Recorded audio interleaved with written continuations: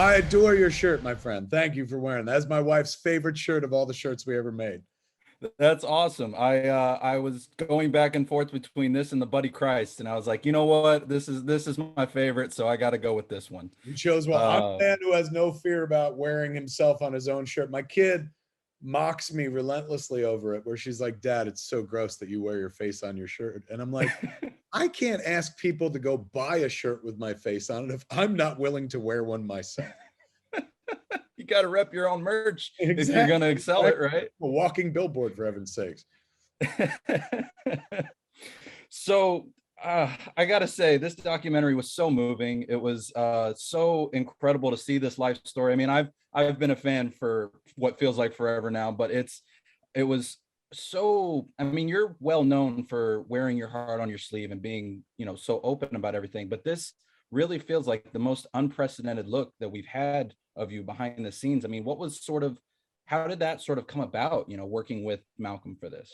Malcolm I've known since I met him at the Toronto Film Festival in 1994. So it's not like I knew Malcolm before I made Clerks. I met Malcolm after I made Clerks, and we've been traveling for like a whole year on the festival circuit, doing festival after festival, starting at Sundance 94. And then TIFF 94 was kind of the end of our run. Then we came out theatrically a few weeks later.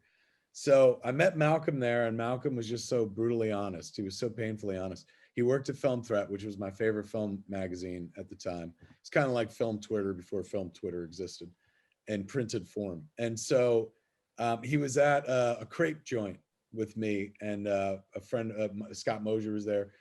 Mutual friend Paul Zimmerman, who also wrote at Film Threat, John and Janet Pearson. So the movie played at TIFF, and it played through the roof, great reaction. We all went out to get crepes. Malcolm's there, and Paul says to him, he goes, Malcolm, what'd you think of the movie? And Malcolm goes, this is all right. And I was like, I want to know this guy a lot more. Who is this? Who's this honest man? All year long, I've had people kissing my ass going like, you're the voice of a generation. Finally, I meet like someone from my generation who's like, you're not all that. And that kind of like, a Canadian with an American negative sensibility, it's like a unicorn. So I adopted him instantly, came into our world, and he's been with us ever since. He came to do a 3-day story on Mallrats, but I convinced him to stay for the whole shoot. Then we made a movie for him, Drawing Flies. Like I put him on the road to filmmaking, him and his friend Matt Gissing. I've produced or helped produce his other docu, like a Small Town Gay Bar and stuff like that. But he's been there for every step of the way when we've been making the movie. So Malcolm had been saying like, you're coming up on your 20th anniversary. He's going, I really feel like there's a documentary in your life. And I was like, oh, Malcolm, when they make documentaries about people, that's when their fucking shit falls apart. Like I'm superstitious about that. But we were doing this book, the Kevin Smith Secret Stash book with Insight Editions. And at one point, Malcolm was going to write the book. So the guts that inside, I wound up doing a long interview, 25 hours interviews, and that's what make up the words in the book. But at one point I suggested Malcolm do it. And Malcolm was like, well, if I'm going to like interview people for the book, maybe I'll bring a camera with me and shoot a documentary at the same time. I was like, yeah, why not? And that's how it grew. It grew out of that. And so he took the documentary incredibly seriously. And he's, as much as he's the guy that keeps me grounded and never lets me get too full of myself, he's also been the guy with perspective. Like case in point, we were about to go make, we're on the set of Clerks III. I'm in New Jersey. We're, we haven't started shooting yet, but we're getting close. It's kind of making sure everything is, we're in the last days of pre-production. Not to brag, but on Netflix, I had a program called Masters of the Universe drop the first half of their season. And none of us were prepared for, the very vocal minority that went after the movie very loudly. So if you know anything about social media, if you click on something, social media is going to feed you more of that. So I was clicking on all the negatives, and all that was coming at me was a sea of like, you fucked up my childhood, you piece of shit, how could you remove the Iron Cross, like on and on and on. People were shredding me for making Masters of the Universe, when I honestly believed in my heart of hearts, I was like, this is the most faithful telling of these characters' tales since Mattel minted their backstories. And like, I did not think we were upsetting the apple cart. So where I stood, I was at the eye of a storm and everybody hated my guts. and we had failed. That's what my timeline was telling me. Malcolm calls me out of the blue, texts me first, and he goes, "Hey, congrats. You've got the most talked about show on the planet right now. It's getting great reviews and everybody loves it. You must be so happy." And I immediately put down everything I was doing and called Malcolm to be like, "Is that your read of the situation?" And he's like, "Yeah, all I see is positivity and stuff. What are you seeing?" And I was like, "All I'm seeing is people that hate my guts." And he's like, "Well, stop clicking on negative things." And I was like, "So Malcolm, is your perspective from outside of this that I shouldn't kill myself?" And he's like, "No, I think you're fine." He's going, "I think anybody would be enviable the amount of coverage the show is getting." He's like, "I'm going to watch it now. The review's been great." So not only is, I always give him crap about being the guy who brings me down a peg in my life or keeps me real, but he's also the guy who could give me perspective that I can't have myself. Generally speaking, I'm in a thing and I'm like, when it's bad, it's bad. And like, I assume it's going to be bad forever, like a cancer. And Malcolm is the guy who's like, no, like, this is what it's really playing like. Pull your head out of your ass. So having him be the guy, direct the story of my life, make, the documentary, make Clerk, it was probably the best possible choice next to me doing it myself, which would have been gross.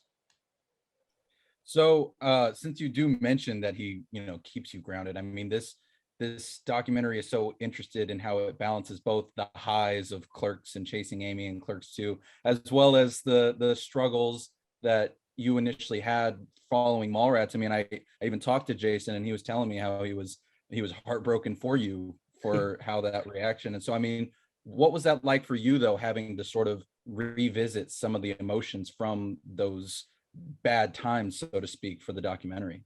What a great question. Honestly, so easy. I live in the past. My head is up the ass of the past pretty much at all times. So much so that like most of my stock and trade now is predicated on what has happened, not what's going to happen. Like I said, I was working on Masters of the Universe.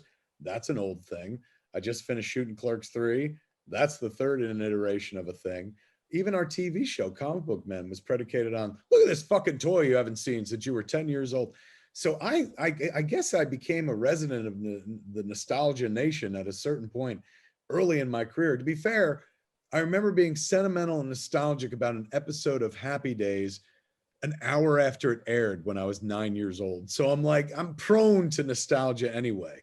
And, I'm nothing if not my own biggest fan. So I've never let go of those other movies. Like, even though they happened, like, since I'm the guy online answering for Kevin Smith, to some people, those movies are happening for the first time.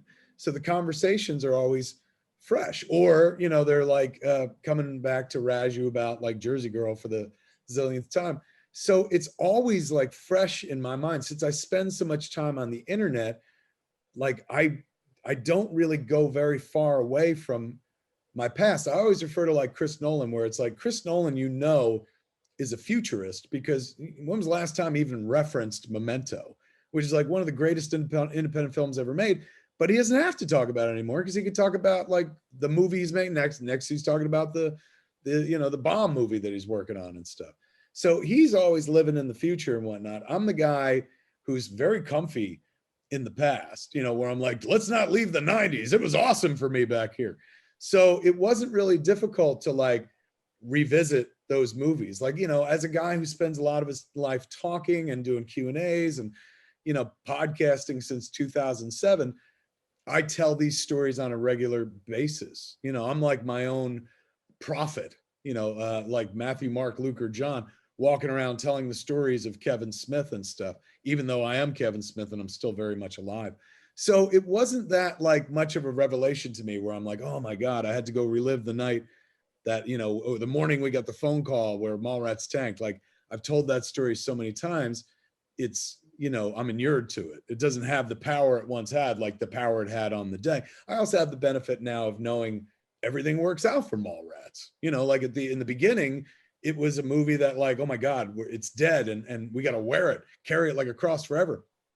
That cross became the foundation of my religion. Go figure, because people love that Mallrats picture, man. Like, even more so than Clerks. And it's aged incredibly well because Stan's in it and fucking we're all about comic book culture now. So Brody seems like he's got his finger on the pulse. That movie's made right on time. Without the lack of cell phones, it could work in modern day.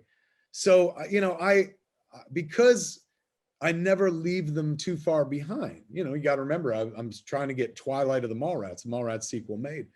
It was easy to revisit the highs and the lows. Easier now to revisit the lows because I've got time on my side and the benefit of knowing what ultimately happens. 1995, Kevin Smith, is sitting there going like, I'm ruined by Mallrats. 2021 Kevin Smith knows that like Mallrats minted my reputation for an entire generation, like oddly enough. So it was fun. Never sad. Even like the stuff about the heart attack and whatnot. Like, we just got finished making Clerks 3 and I've talked about it many times, but I borrow from my heart attack for the plot of Clerks 3. Randall has a heart attack and decides I'm going to make a movie. So he winds up making Clerks. When we were making the flick, my wife and my kid like didn't want to be there, didn't want to watch the scenes for the heart attack stuff. And I'm like, why? And they're like, that was the most traumatic thing that ever happened to us. I was like, it's the most traumatic thing that ever happened to me. And I'm talking about it. I can make fun of it, but they don't see it quite the same way. So there's really no subject matter for me where I'm like, oh, that was tough to go into. I love the sound of my own voice. So I'm like, ooh, let me tell you about the story. I almost died. It was so unpleasant for me, but it'll take up 20 minutes of your time and I'll have your attention. Well, that's that makes sense. When you have that personal perspective in that time, it helps levy it a little bit for you. So since you mentioned Clerks 3, I am curious. I mean, how you've said that the final cut's done. I mean, with the speed of the production and post-production, it seems hopefully we'll see it next year. But I mean, can you give me any kind of update on where we're looking at in terms of the production cycle? Looking like mid 2022. If I had to predict trailer, I would predict March or April. Where we are right now, we're figuring out music. We have a budget for music, and right now, this much music. So it's about making choices where you're like, okay, I could tell the story without this, but I can't tell the story without this. So, thankfully I'm an indie filmmaker and have been used to pivoting or modifying my expectations for years. So it's never a problem where I'm like, if that's what it costs, we can't play with them and stuff. So we're doing that right now. There's oddly enough, we just had, this is going to blow your mind, a special effects meeting on Clerks 3, which there are no special effects in the movie, but it's our boy Armin who's going to go in and digitally erase like the few things that we got to change and stuff like that. So we just spent a half an hour going through about 20 shots that are going to have to be digitally altered. And it's stuff like you have to remove a sign or there's a light in the background, minor shit like that. But at the same time, ironically, there will probably be more effect shots in Clerks 3 than there were in Star Wars. That's just the nature of the business now. Like in terms of like, oh, you can go in and touch that up. You can take that out. You can fix that. Things that like for years I would have just lived with. For example, you can watch Chasing Amy, and anybody who sees Chasing Amy for the first time and has an internet connection generally runs to Twitter to tell me that they can see the reflection of the crew in the window when Ben's walking back to the car. Nowadays, that wouldn't exist. I'd say, Armin, erase the crew, would you? And he'd be like, done and done. So tiny fixes that like everybody does, little cosmetic things that it just blows my mind that I'm like, this is a sequel to a movie that costs us $27,575. And if we were paying the actual prices, thank God Armin's a friend, like one of those shots would be $27,000, like to repair digitally. So it's a weird world. Even as much as I'm like, oh, I'm not a filmmaker that works with those tools come into play even for me, just not to the effect of like, let's take Robert Downey Jr. down about 20-25 years because this movie's going to make $1 billion. We have to be more sparing with our shots. Sure, understandable. And I mean every behind the scenes shot you've shared so far has built my anticipation. It's such a like, when they do the trailer, I imagine, and if they didn't do this, I'd be shocked. They'll feature the moments in the movie where Dante and Randall essentially shoot Clerks, but they're shooting a movie called Inconvenience, but it looks an awful lot like a movie we're all familiar with, right down to the black and white. So we were shooting the movie. We had HBO Max had Clerks on that month. So we had it on the phone. And anytime we replicated a moment, we pulled up the shot and hung it right next to the monitor and then composed that way. We were like, Jeff, move in just a little bit more. Okay, turn your head this much. All right, Brian, slide. Now you're going to slide in and stop right there. Don't forget to put the yoo-hoo down here and stuff like that. Replicating these moments that, like, years ago we took for granted because we were like, we'll never do this again. You just do it once. So I think when people see the trailer, what they're going to sell them is, this time around, the Clerks make Clerks, which is funny, and visually it'll make you feel a certain way. You'll be like, that looks dope. I'll risk my money on Kevin Smith one more time. But the movie that we give you once you get in there is it's better than that. We were able to do something really special based on the fact that we've been making these movies for a long time, and 2 other of them exist in our timeline. So I'm trying to be obscure without spoiling it, but bring a tissue, bring a box of tissues for 2 reasons. One, you will jizz because it's wonderful in some places, but you will also get emotional in places. Well, I certainly look forward to finally seeing the trailer and seeing that movie when it comes out. Well, before I go, I know you're working with Movies Anywhere right now, and they just introduced that really cool feature of My Lists, which, I mean, hopefully we'll get to see more of your movies get on there so we can build a View Us Universe playlist. But for now, we have so many interesting features. I mean, what's that been like for you working with them and having this feature come out? They've been great. For anyone that doesn't know, Movies Anywhere is an app that aggregates all of your media into one place. So if you got movies on iTunes, you got movies on Amazon, you got movies over here, you can bring them all into one place. So people on the app were like, you could alphabetize your movies, and that was about it. They're like, hey man, what if you made it personalized?